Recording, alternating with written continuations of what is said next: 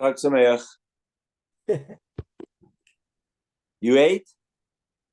Yeah. Too much. I love the holiday. I love Thanksgiving. This is fantastic. Yeah. Hello. How are you? Gets together, and this, of course, what's not to like? Exactly. Too much food, though. Yeah. But, you have good leftovers for tomorrow lunch. Left over for the next week. Yeah, that's next week. Okay, so we said we're going to learn tomorrow at 8 in the morning. Young Israel has a 7 o'clock minyan, right? Yeah, we're back to regular minyan. Yeah, 7:05. So we'll learn at 8 o'clock. Yeah. Okay, so we're Chaf Aleph. Shalach le Ravaba bar Zavda. Okay, Johnny. Chaf Aleph 21. Hi. Where? 21. A. Okay. I really believe in this turkey. You know, has tryptophan, makes you sleepy. 100%. It's like there's nothing like it. I have a hard time staying awake. It's Right. not the turkey that makes you sleep, it's the wine I drank. I think it's a combination. Sholach le Ravaba bar Zavda lemari bar Ma. Boy, my name Ravuna. Hadar b'chotzer chaver shalom yidaito. We're back to the subject. The person sleeps in a person's courtyard and the guy doesn't know about it. Does he have to pay rent or not?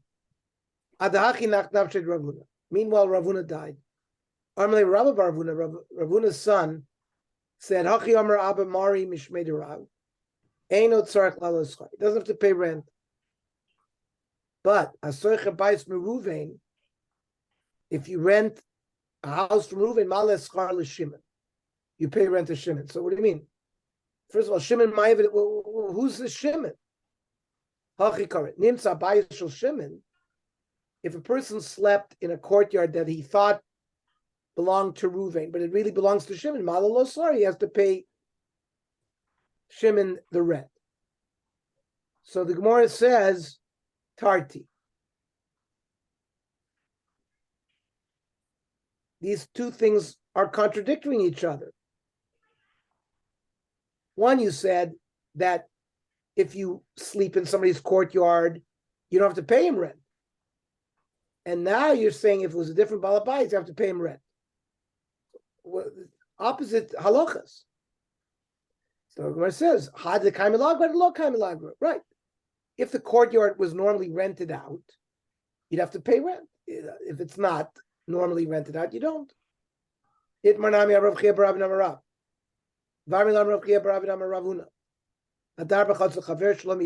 you sleep in someone's courtyard and he doesn't know about it, you don't have to pay rent.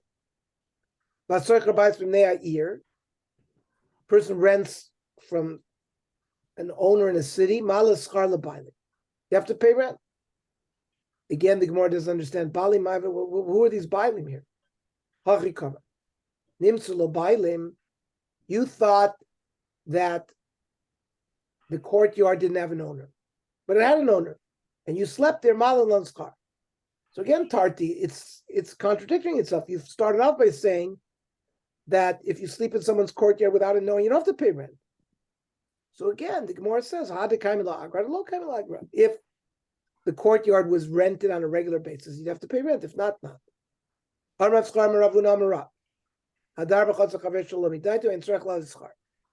If you sleep in someone's courtyard, you don't have to pay rent.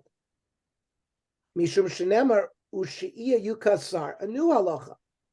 By having somebody live there, it is safer. Having a dwelled place doesn't break down. So the guy is happy that he's there. Hi, Walter. We're on Chaf Aleph, almost halfway down. I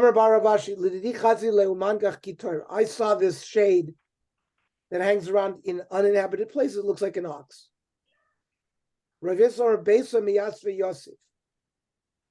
that a house that has inhabitants is better than if it's not. People don't worry about it, it falls into disrepair. Might be that what's the difference between the pasuk and this svara? Person uses his house to store wood and lumber.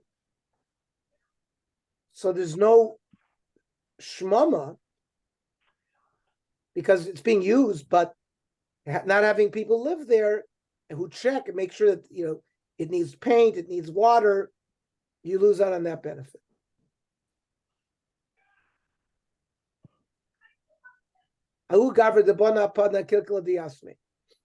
Person built a house on the garbage dump of Yomi.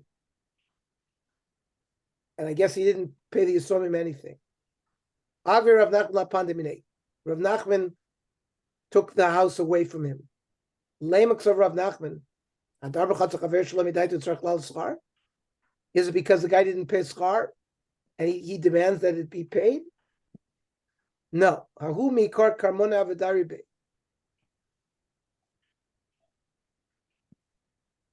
There were wandering people living there. And they would give the Yisomim a small amount of money for the use of the place. And when this guy came, he threw those people out. Rav Nachman was telling him, listen, you have to pay off the Yisomim because they were losing out what they normally got from these people. Below Ashgach, and the guy didn't listen to Rav Nachman. So he took his house away. He appropriated it as his house. Then we said, if the animal ate from fruit in the Rishus Harabim, he has to pay what it benefits. If he ate from the sides of the Rishus Harabim, the Tzidei Rechava, then you pay everything you damaged. That which we say you pay anything what it damaged, the behema is actually standing in Rishus Harabim. He turns its head to the side and he eats in the sides. So in that case, he has to pay more. That you don't have to pay mashanenis because the animal is Rishus Harabim and Shein Rishus Harabim is potter.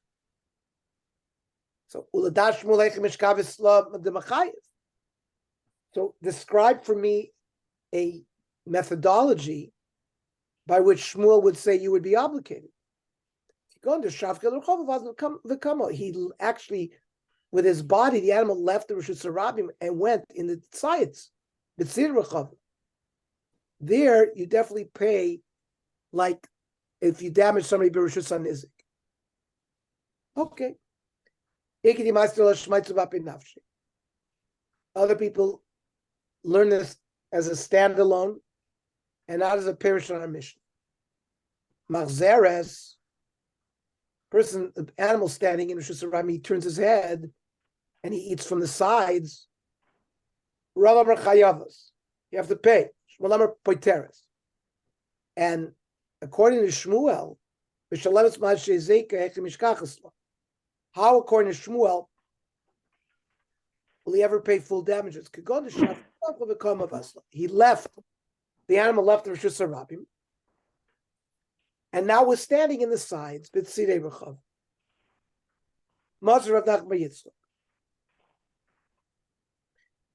Mishnah said that if the animal ate me Pesach HaChanus from the door of the store, then it's not as if he went into the Rishus HaNizik, so he only pays what he benefited. Now, how exactly does it work?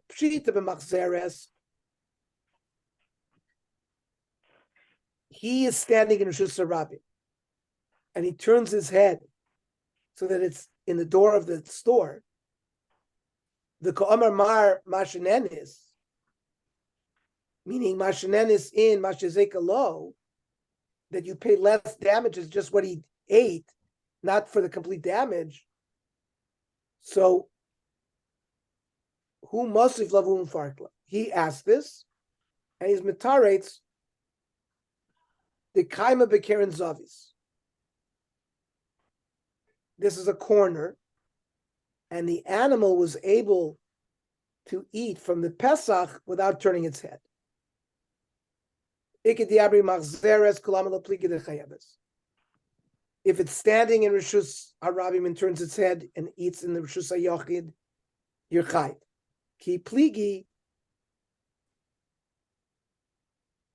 b'miktzah makam Rishus Rishus Harabim. Person owns a storefront. He gave away some of his property to the Rabbim, and the Rabbim use it. And it's in that sort of no man's land where the animal did damage. So is it like you did damage in Rishus Harabim, you'd be potter? Or like you did damage in Sayach, you'd be chayiv? V'hachi itmar. Amar Rav.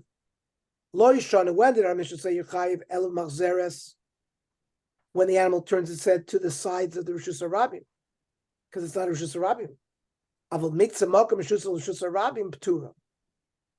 But if a private owner had given up some of his property and the Rabbim was using it, it's treated like complete Rishus Harabim, not Rishus HaYochid.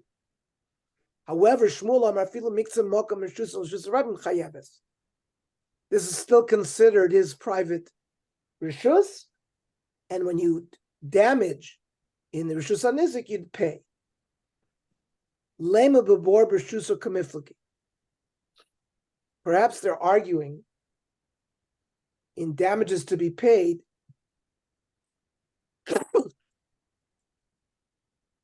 when there's a bore in a person's private rishus. Rav Amar Potter. Rav who said that the behema who ate in a person's store area that he gave to the Rishus Harabim, why does it say Potter Ksavar? If a person digs a bore, Pesach Rishuso, his own Rishus, and then he was mafkir his Rishus, he's chayiv. Once he's mafkir his Rishus, it's like you dug a bore in Rishus Harabim. So a person who left his fruit in his Rishus, and then he designated that place Rishus Harabim, he's not entitled to damages from the owner of the para. He's responsible. Awil Shmuel Amar Chayiv. That if the animal did damage in the place that an owner gave over to the Rishus Harabim, Ksovar, Bor B'Shuso, Potter, even after person dug a bore in Rishus name was mafkirit, you're still Potter.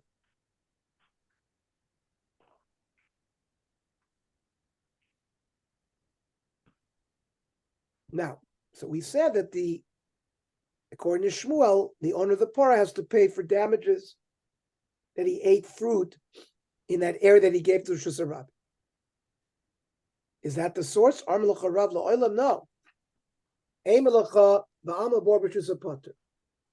In general, if I dug a bore and somebody came into my property and fell in the bore, I'm only chayiv if I dig a bore in Rishus Harabim. So Shani Hacha, the Omar, the Balabema can say to the Balapeiros, Lav kol kamina to mekarvis luhu. You shouldn't have put your fruit, Peiros kol Rishus Harabim chayavis lutorai. You shouldn't put your fruit so close to cause my shore to do damage. But Shmuel Amar ba'ama bor b'shus chayav. Shmuel disagrees regarding bor in his rishus. The Bishop bore iklamem lava daite.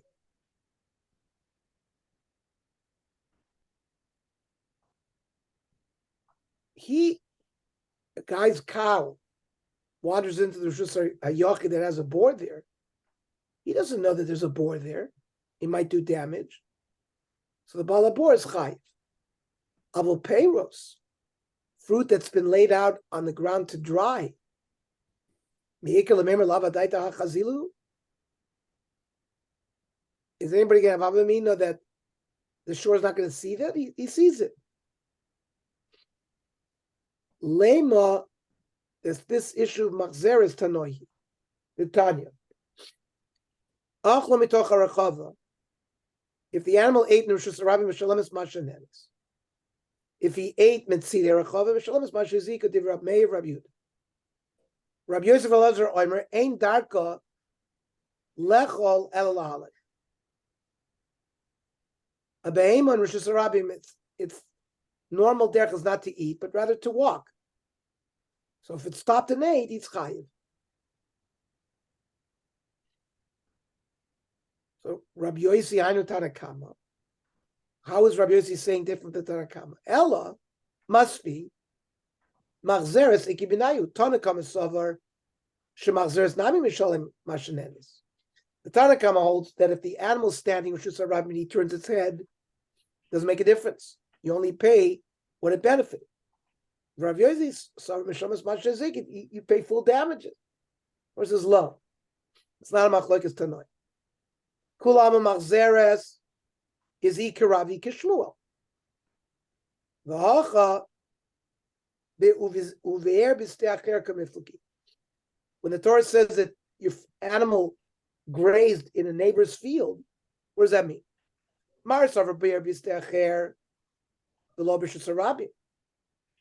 That actually comes to teach me that it's only when the animal eats in a private field that you're chayav, not in Rishus Rabbi.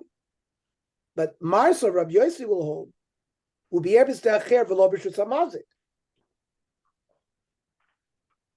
if my animal, you drop your fruit in my field and my animal damages it there, that's excluded from Bi'er B'Stecher.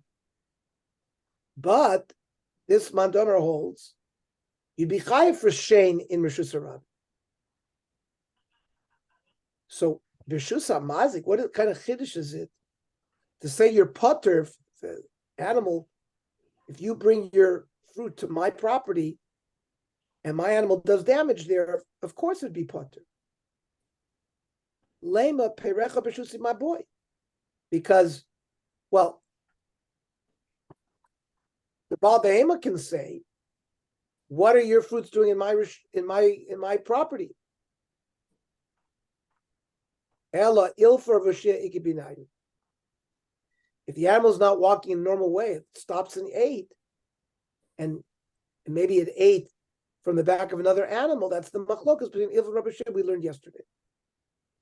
Whether it's considered like he's eating Rishus Rabim, or since it's on the back of a private animal, it's considered like Rishus HaNizik. Mishnah. A kelev ve'agdi shekotzum rosh hagog. A dog or a goat jumped from a roof. V'shavus hakelim. And it landed on kelim and broke him. Misham nezek sholim. V'nei muadim. These are normal activity that a dog or a goat does.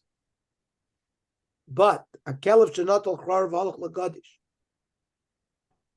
A dog put a piece of cake that is cooked on coals in his mouth. When he picked up the cake, there was a coal there too. V'halach l'gadish, he went to a field with wheat to eat the cake there. Achlas achrara, but while he's eating, it released the coal and hidlik es agadish. Al achrara mishan nezek sholim. So it's normal for a dog to eat. So that would be regular shame.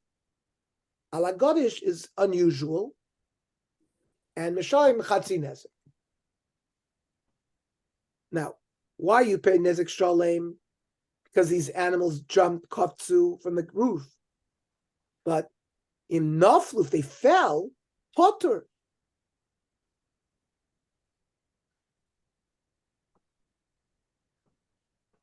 Al maksaver, chilasu b'b'pshia, the sofa ba'on is potter. The owners of the dog should have been careful that they shouldn't go up to the roof. So, but even though in the beginning they were negligent, if at the end it's an oinus, you're potter. Tarna ma'achi, a kelev vagdish kofzu merosh hagag. A dog and a goat jumped from the roof. V'shavus hakelim. Mishalim nezek sholem. Naflu pturin. Hanich lemanda b'shet chilas b'shev sefer boinus potter. Elamanda amar chayiv Michael Lemema. According to the mandamar that says if you were initially negligent, it make a difference if you were honest at the end. Going to makra v'yakel l'gabi hakoisa. You're chayiv because you moved kelim near the wall. The chikavtzi that because if it would have jumped b'kvitz lav and afli alayu, it wouldn't have landed on the kelim. So I feel it's philosophy of Pshia Leka. So there was no negligence at all because you tried to take care of that problem. So there, it's not Pshia at all. It's just, it fell. It's a complete oinus. And therefore you'd be put. I'll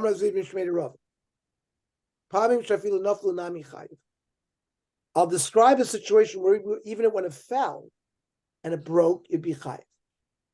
Mishkachasla, the koisel re'ua. A leaning wall.